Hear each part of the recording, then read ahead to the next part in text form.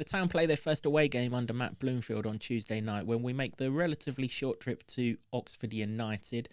Alongside me to preview the game is the Lutonian journalist James Cunliffe. Jimbo, it's about time we stop this away run, isn't it? Yes, now is the time. Please, let's stop it. Absolutely, yeah. We'll preview the game right after this intro. I believe our supporters are the best supporters in the country. I love this town. I love this town. I love this town. You know what I love about this town is actually you. Everyone in it has got this massive soul. We're Luton people, and that's what we care about.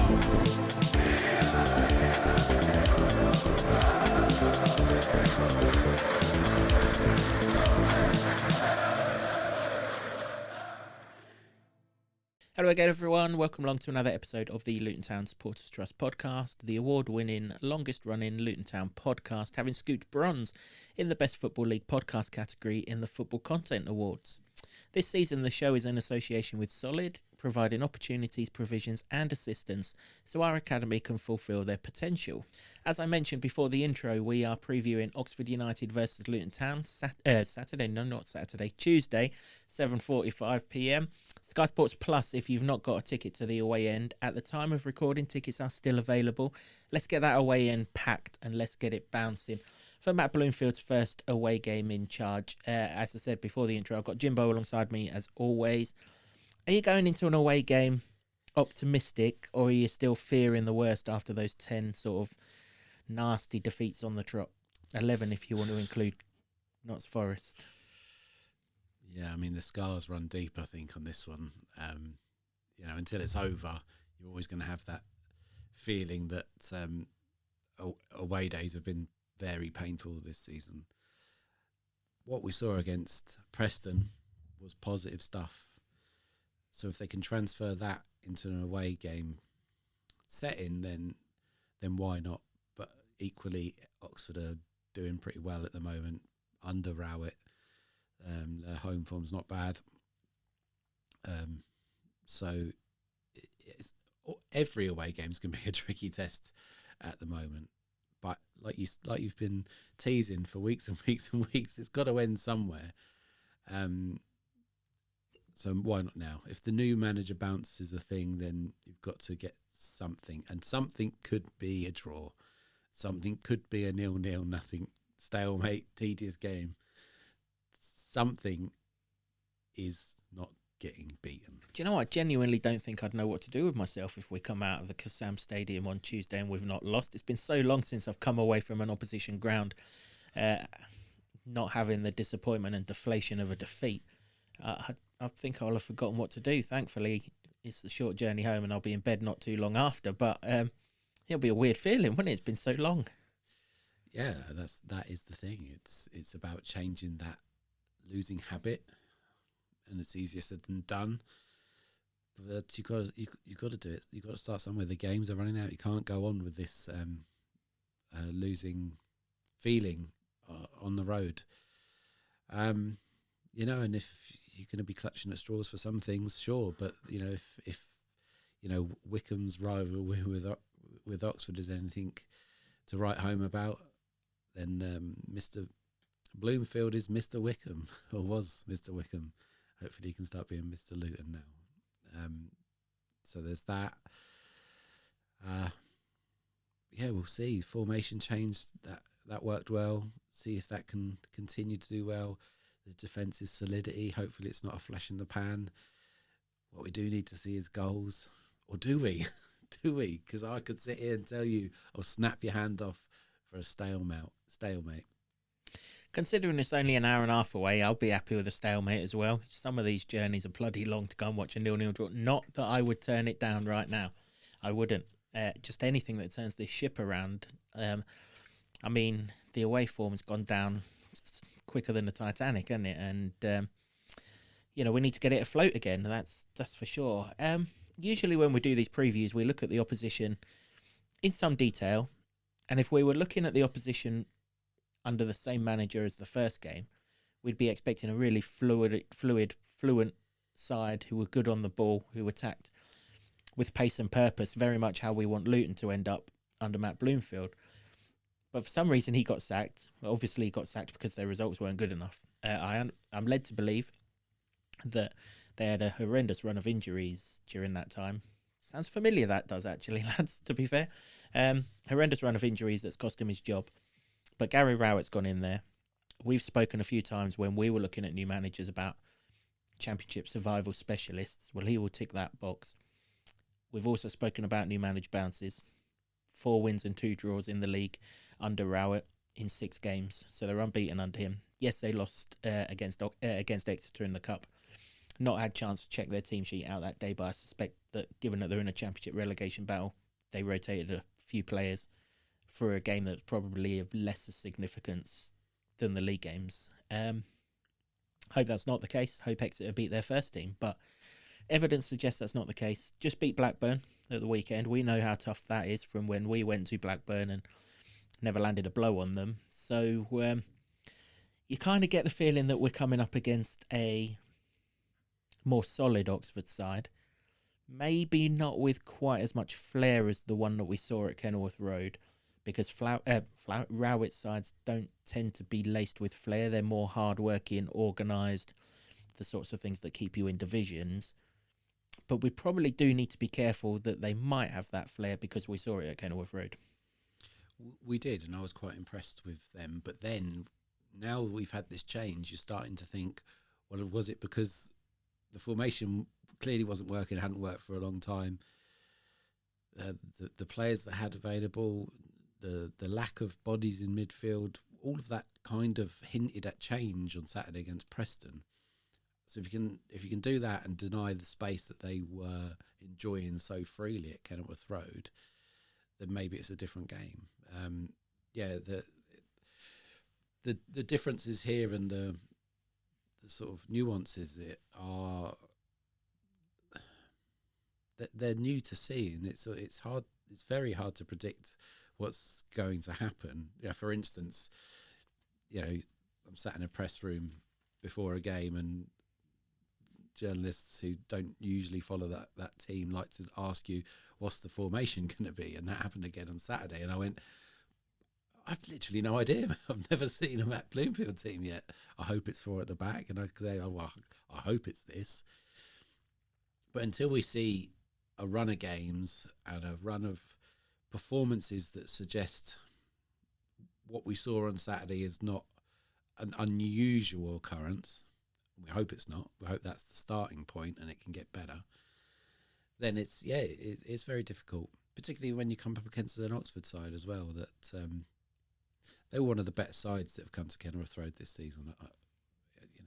And people were frustrated because they'd just come up and Luton had just come down from the Premier League. To see the difference there was quite stark. So hopefully there's more of a meeting in the middle of where those two performances were, and that would, again, it would be a starting point, a foundation that Luton can push on for. Because if you're talking about the bar being low just generally for how Matt Bloomfield could come in and change things, nothing to do with him, by the way, just how the season had gone before his arrival at Kenilworth Road, then it's even lower in an away day sense. We talked in the last podcast, didn't we, how hopeful walking to Kenilworth Road was and seeing people and chatting to people and how they felt. I'm not sure you get that same feeling away. Quite a lot of trepidation, a little bit of hope, and then crossing your fingers to see how it turns out. Yeah, I think the thing that we're not going to go with, though, as fans, is fear. We've gone to some away games recently, fearing, or if we don't turn up today, it could be another Middlesbrough sort of thing. Swansea in particular, having seen what they did to us at home. Or if we don't turn up today, we're going to get absolutely mullered.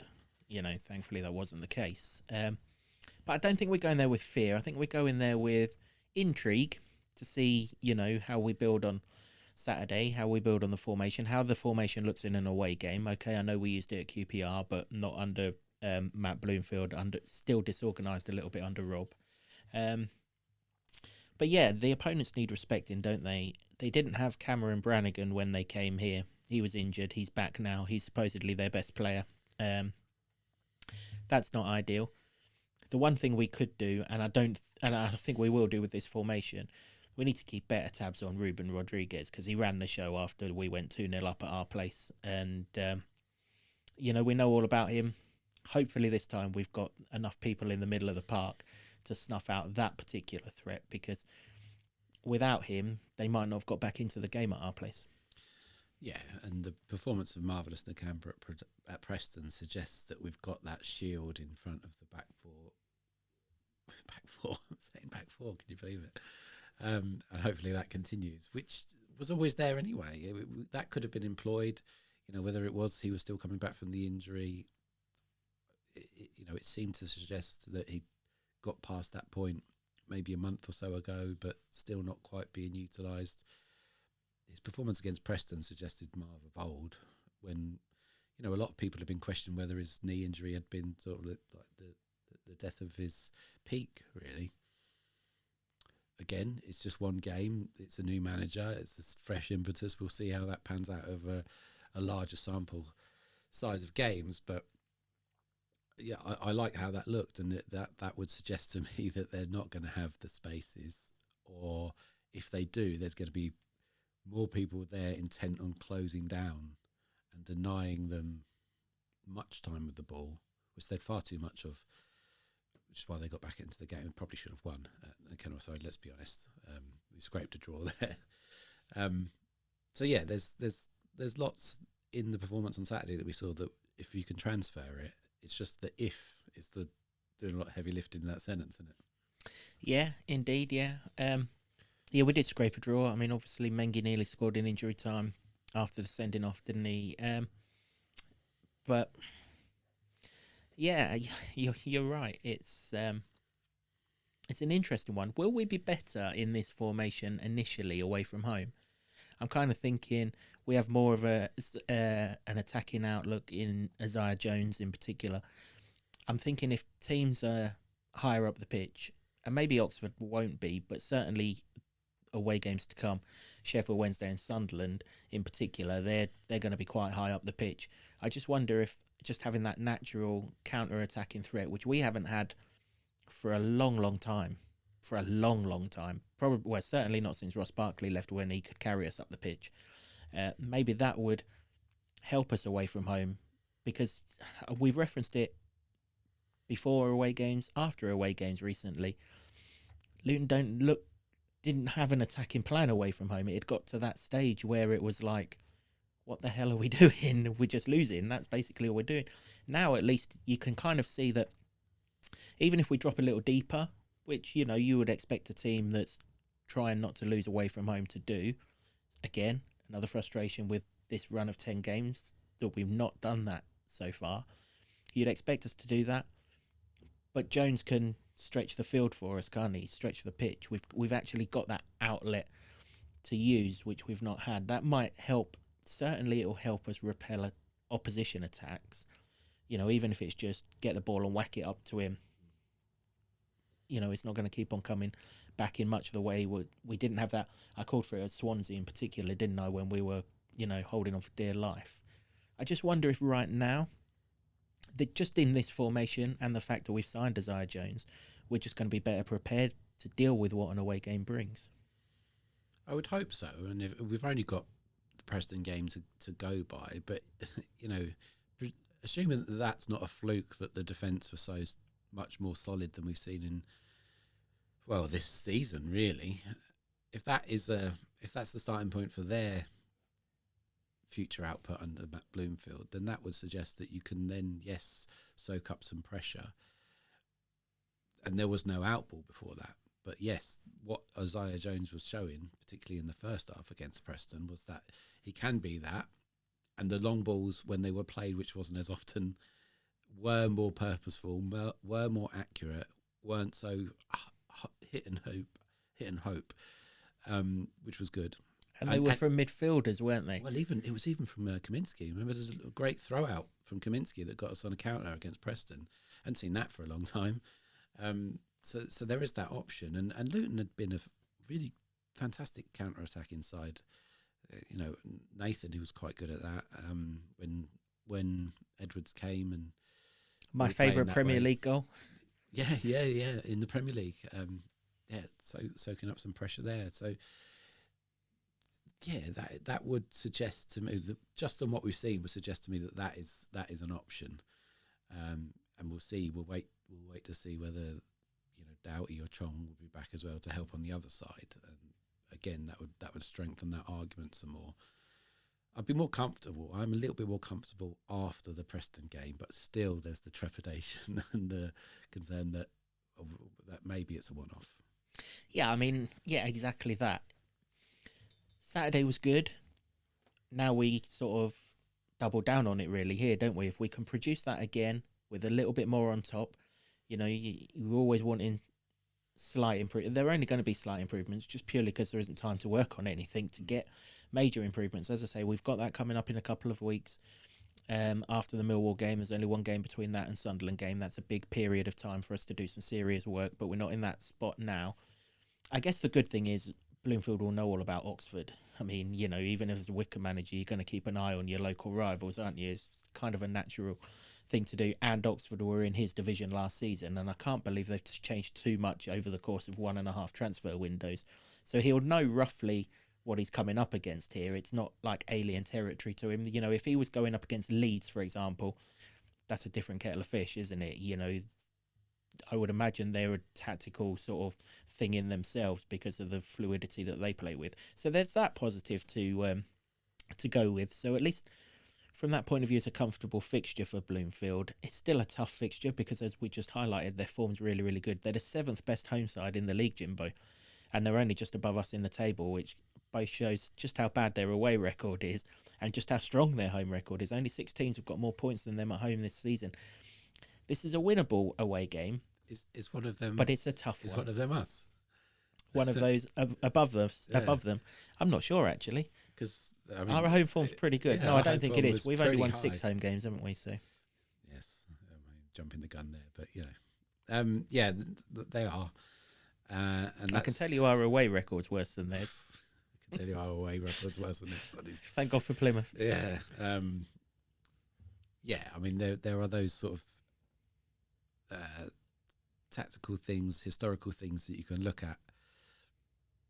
But I kind of hope that it all goes out the window for this because of the relatively new regime for them as well. It's obviously a new regime for Luton. That I don't think that the game at Kenilworth Road earlier in the season will tell you too much about what will happen in this game, other than that if you allow Oxford to play, they clearly can.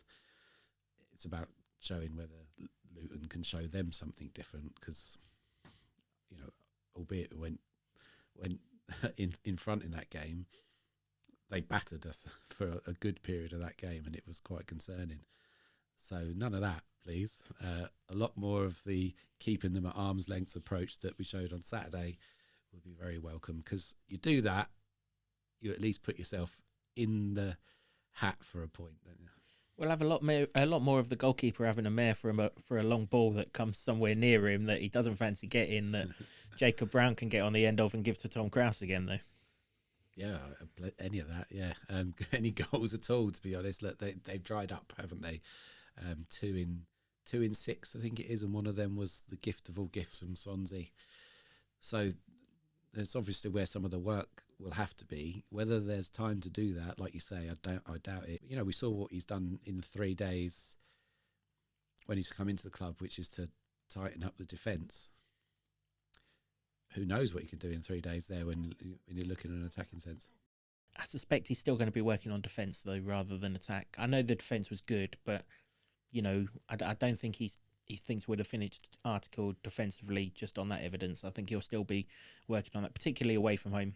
We weren't really under pressure on Saturday. A lot of that was to us because of our structure. Some of it, of course, was because Preston didn't fancy going at us and winning the game of football. We're going to be under more pressure here. We'll get a clearer indication of where we are defensively here. And it might be, actually, that Saturday was the example and that we are so much better now defensively. It wouldn't take much, let's be honest, from where we've been to where we are now. Well, it was round pegs in round holes for starters, wasn't it, with the 4, and actually looked a lot more comfortable. In fact, statistically, he was the best player, wasn't he? I don't think that was what I saw from an eye test, but because there was so much more passing from Luton, that could bump up his stats there. But that suggests that if you're playing players in their correct roles, and McGuinness in particular has looked far better in a 4 in my eyes anyway. Didn't put a foot wrong actually. So fair play to him against Preston. I think that's what that would show to us. It's just if you can replicate it, I suppose. Yeah, him and Holmes are starting to get an understanding together. Not necessarily at QPR, but at Forest it was a lot better. Even better again on Saturday, and let's hope it's even better here. I mean, he's relatively local rivals to Oxford as well, isn't he? Holmes, having come from Reading, so there's a few in the camp who'll know all about this lot. Let's bring it back to Luton then. First of all, any changes to the side? Do you envisage them? It's hard to tell, isn't it? Because this is only, this is the first time Matt Bloomfield had to pick a second Luton 11, and also it's straight off the back of the previous game. We worked hard on Saturday. It wasn't necessarily a taxing game, largely because we had a lot of the ball, which, we probably didn't reference enough in the previous podcast. It was good to see Luton having a lot of possession, not just having possession where it's insignificant. We had possession in areas where we could probe, but just obviously didn't have that final end product onto it once we got into the dangerous areas. But generally, when you have the ball, you're doing a lot less work. So that will set us up nicely, if not for this game, certainly for Saturday, where we know that we've struggled after 3 game weeks. And I'm sure you guys are going to reference that in press conferences and asking how Matt's going to go about dealing with it and things like that when we get to the Millwall presser on Friday. But from that point of view, that's good. But at the same time, there's a few older legs in that team too. Marv being one, obviously. Jordan Clark being another one. Even Amari Bell, obviously, if Doughty's back, probably not going to see Alfie Doughty start after 3 months out. If he's, his first involvement most likely would be off the bench, because one thing I have noticed Matt said an awful lot of, even in only a week at the club, is how they've got to protect the players and do the right thing by the players and, make sure they're absolutely right when they come back in, as opposed to recently it's just been a case of, oh, you're back, you're in. Amari in particular, we didn't even know he was back, and before we knew it, he was there. There he was playing against Swansea. To see him on the team sheet would be a boost, wouldn't it? But I think you're right.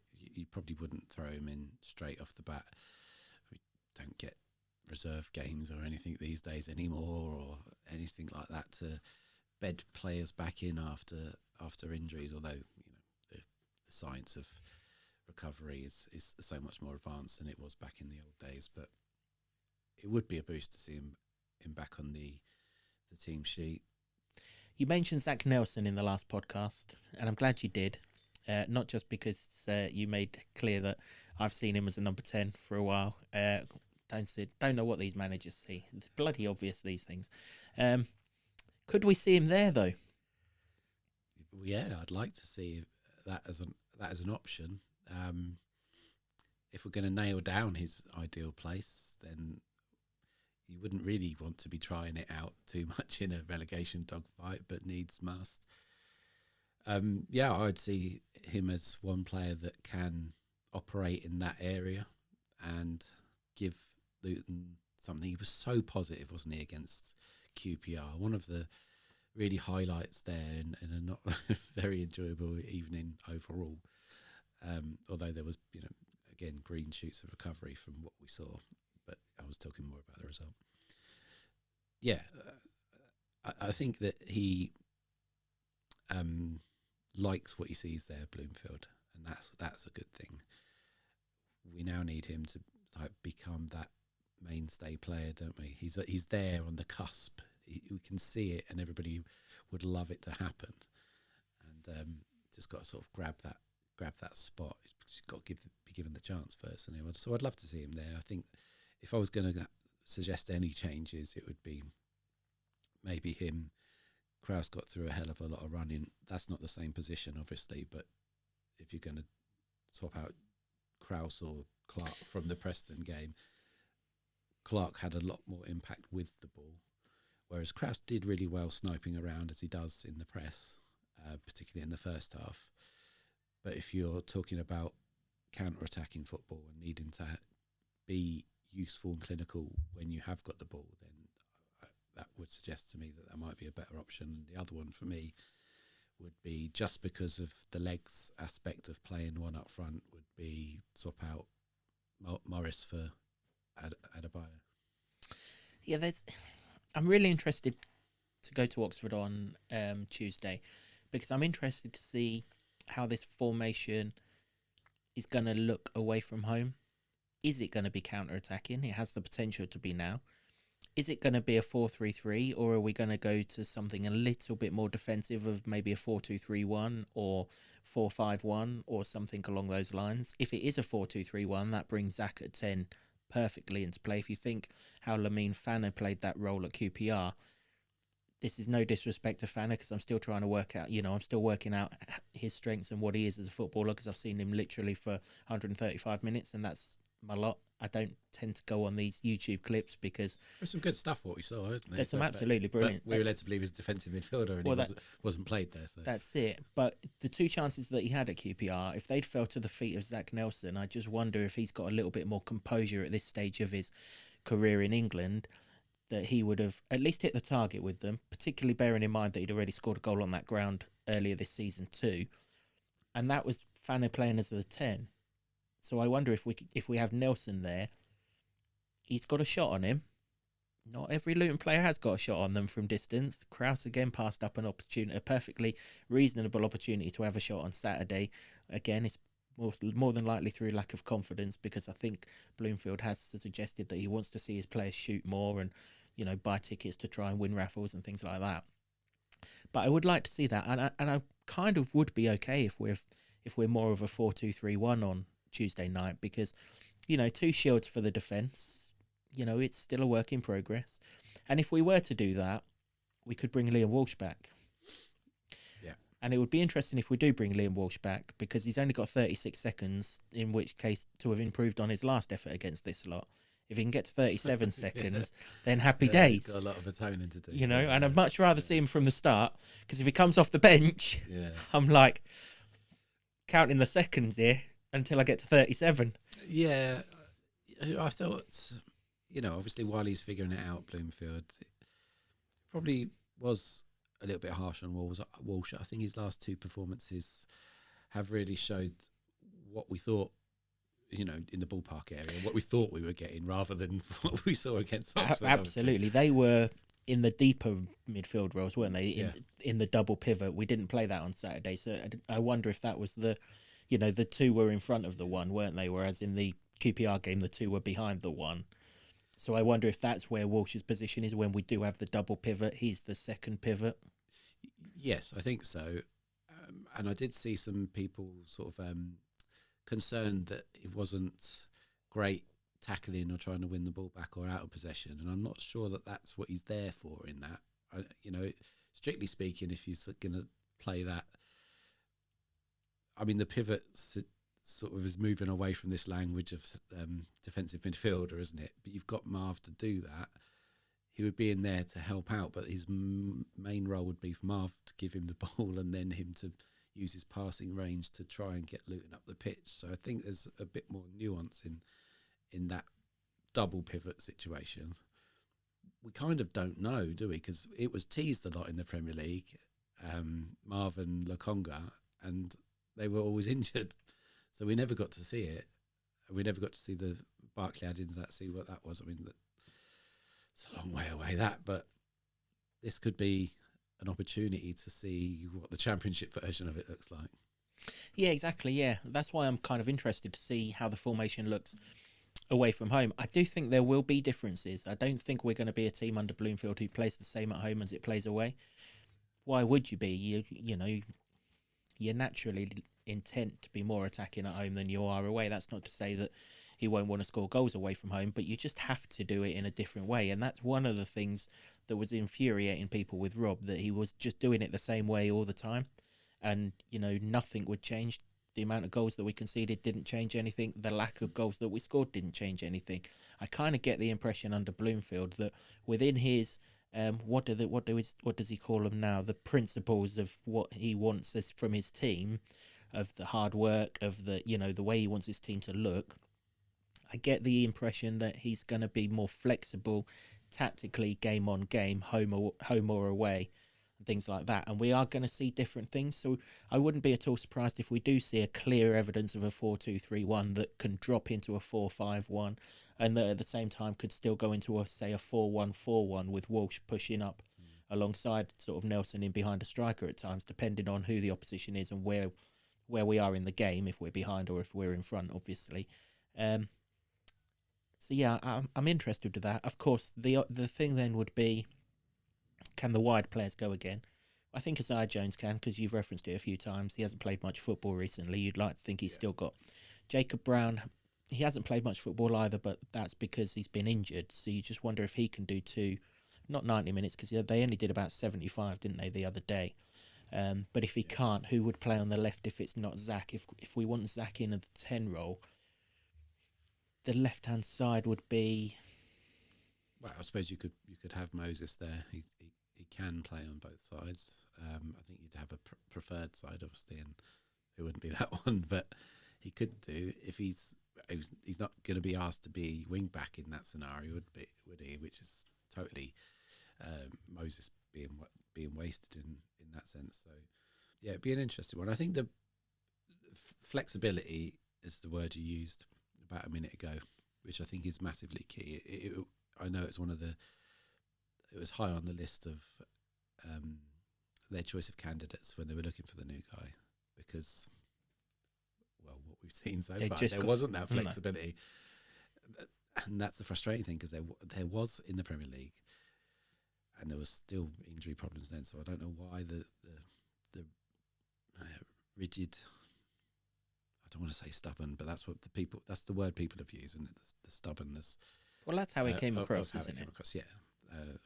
Again, I'm just reporting what other people have said on that, because the perception of it was accurate. Yeah, I mean, I call it reluctance. I don't know if that's the word or not, but it seemed to be a lack of reluctance to change as opposed to a stubbornness to change. But either way, it all reverts. Just reluctance, isn't it? Well, reluctance. Lack of reluctance. It all reverts to the same thing, though, doesn't it? That nothing changed, and that was ultimately the downfall. Yeah. You know, definition of insanity. We've quoted it many a time on this podcast. I really, really would be surprised if we get into that position again under Bloomfield, because he's just got a clearer outlook on things, hasn't he? He's a guy who's been winning football matches. His stock's high, his feelings high, his shoulders are raised, as opposed to Rob, who by the end his shoulders were quite slumped and had kind of got himself in a muddle. And ultimately we dug ourselves a hole that we couldn't get out of, and we're not in that yet. And who knows? Hopefully we won't go in that. Hopefully we win this game of football and we look upwards and we go into the Millwall game looking to put a bit of a gap between ourselves and the bottom three rather than get out of the bottom three. Time will tell on that score. So you're seeing a few changes, aren't you? I'm probably seeing a few changes as well. I think everything I've heard that he keeps rotating his front three. I don't expect that here, just purely because Jones he's new to the club. That's not to say that he can't do it. He absolutely could go Zach Nelson on the left, Elijah up front, and Victor Moses on the right, like he did towards the end on Saturday. But I kind of get the impression Jones could be a big player for us in this game.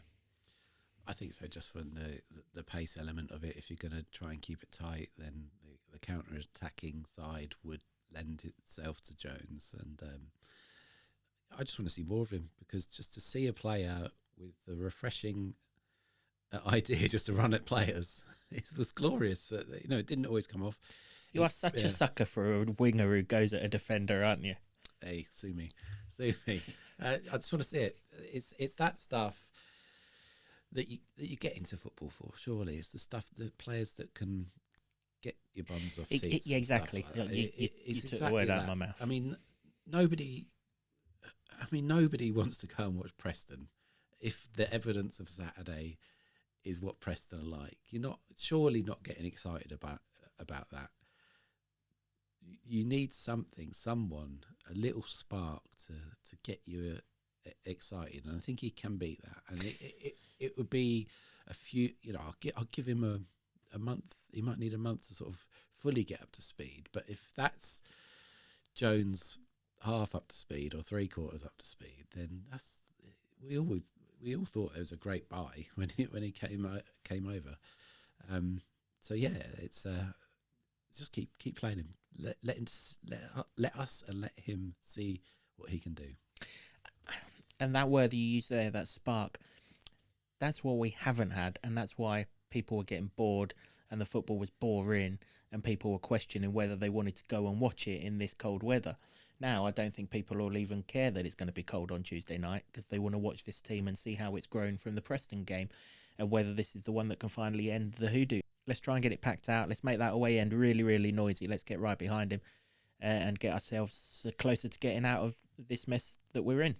Pretty much it for this episode of the podcast. As I say, James sees a few changes. I do too. And we're both interested on just how the sort of tactical nuances play out in this one. But we won't go without our score predictions. Odd game, so you to go first. How does Oxford v Luton Town finish? In the sense that anything other than defeat is progress. Anything.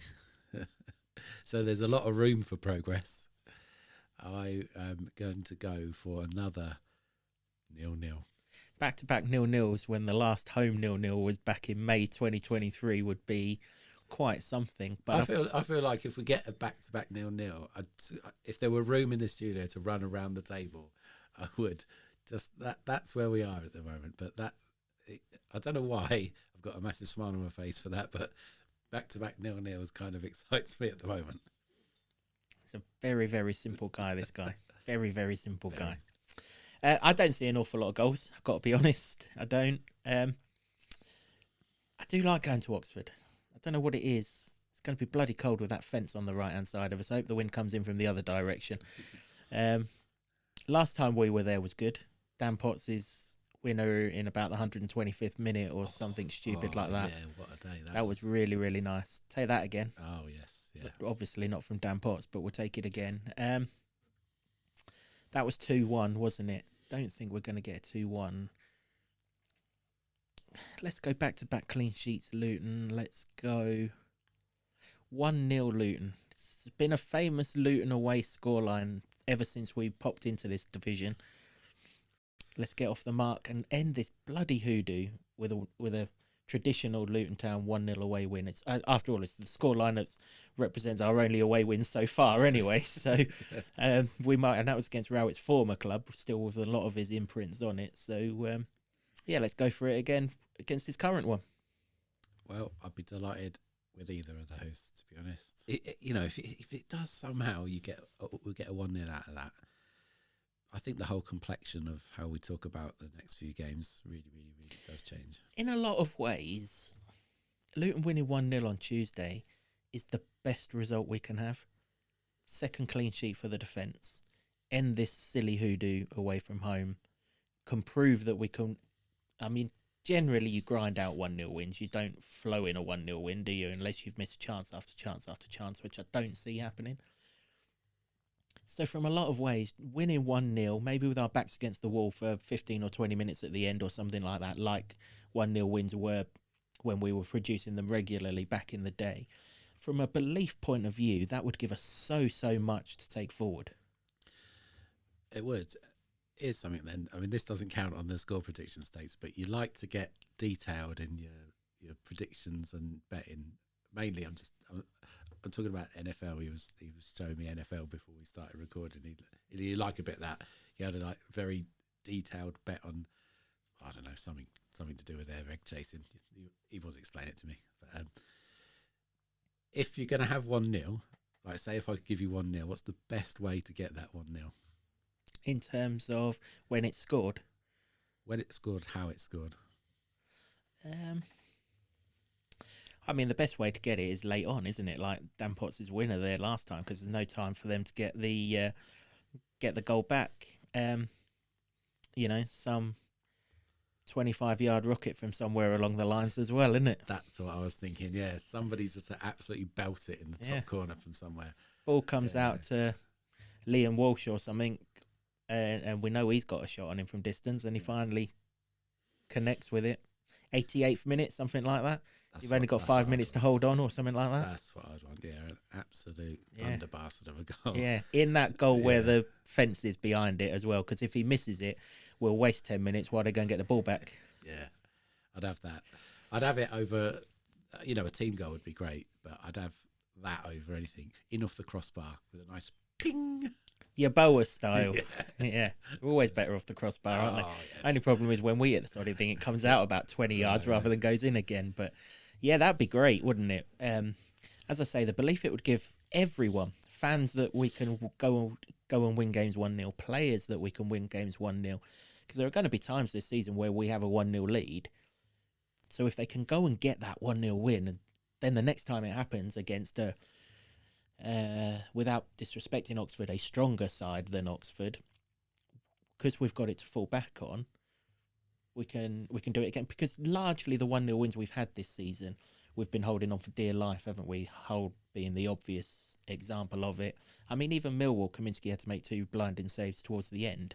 Yeah, that'd be quite good. And it would get me 3 points on the score predictions. So, come on, Town. 1-0 will do. We'll save all these big wins for, middle of February. Certain away game. Save the goals up for that, you mean? Starting to lose on the right. Yeah, absolutely, yeah. Yeah. Well, we owe them a few down there, don't we? So, save them up, Town, yeah. 1-0 Town for me. 0-0 for Jimbo. Not as much time to get your score predictions in for this one. But we will, got enough time. And obviously we'll give you a shout out if you get it right. We were going to bring you some quotes from Matt Bloomfield's press conference, but timings are so tight and everything that turning it all around and everything isn't really possible. But we'll bring you what he says after the game. Of course, the press conference will be written up in full on the Lutonian.com. So anything that Matt says of any interest, and I dare say some of the stuff that's not particularly interesting will get written up by your good self Monday afternoon, that press conference. Yeah, I'll do my best. Top man. To get your score predictions into us, do you see this away hoodoo ending here at Oxford? Even if it's just a draw, that will do, as much as I'd love a 1-0 win. Even a draw gets us something, doesn't it? 3 points to get out of the bottom 3, though, would be absolutely lovely, wouldn't it? As I say, we're the first to play at the weekend, so we'd be able to put some real pressure on those teams in and around us if we can win. And Oxford aren't a million miles ahead of us. We just reel them in a little bit if we can win this game as well. Much in the same way that we weren't able to reel Preston in, but at least they didn't get away from us on Saturday. They're still very much in the mix. And if that's how they're going to play away from home every game, well, let's be honest with you, they're not going to pick up many more points, are they? So that's interesting too. Thanks very much for your comments and all your interactions with us over the last few weeks. We really, really do appreciate it. Please do keep subscribing. This is obviously a midweek game. The reaction will be out usual time on Thursday, and we'll do a preview of the Millwall game as well. So podcasts are coming thick and fast at the moment. So if you do subscribe wherever you get your podcasts, you'll get a notification as soon as each one drops, so you don't miss out on any of the content that we're putting forward. Do it. Do it. You've been warned, absolutely. Oh, don't worry, I'm a lover, not a fighter. You are indeed, yeah. Yeah. That's one for the blooper reel. I've seen how you look when Linus and Frankie have been here. You're definitely not a fighter. No, definitely not. Definitely not. Thanks as always to the Barber Club and the Lower Level in Luton for hosting our studio. Really appreciate that, guys, particularly in these 3-game weeks when we're basically living in here right now. To Sean Grant and the Wolfgang for our intro music, and to Ed Smith Creative for all the designs that you see on set. If you have a ticket in that away end on Tuesday night, be loud and proud, get right behind these boys, and who knows, maybe this is the night, that the away run ends. From Jimbo and myself, come on, you Hatters. I believe our supporters are the best supporters in the country. I love this town. I love this town. I love this town. You know what I love about this town is actually you. Everyone in it has got this massive soul. We're Luton people.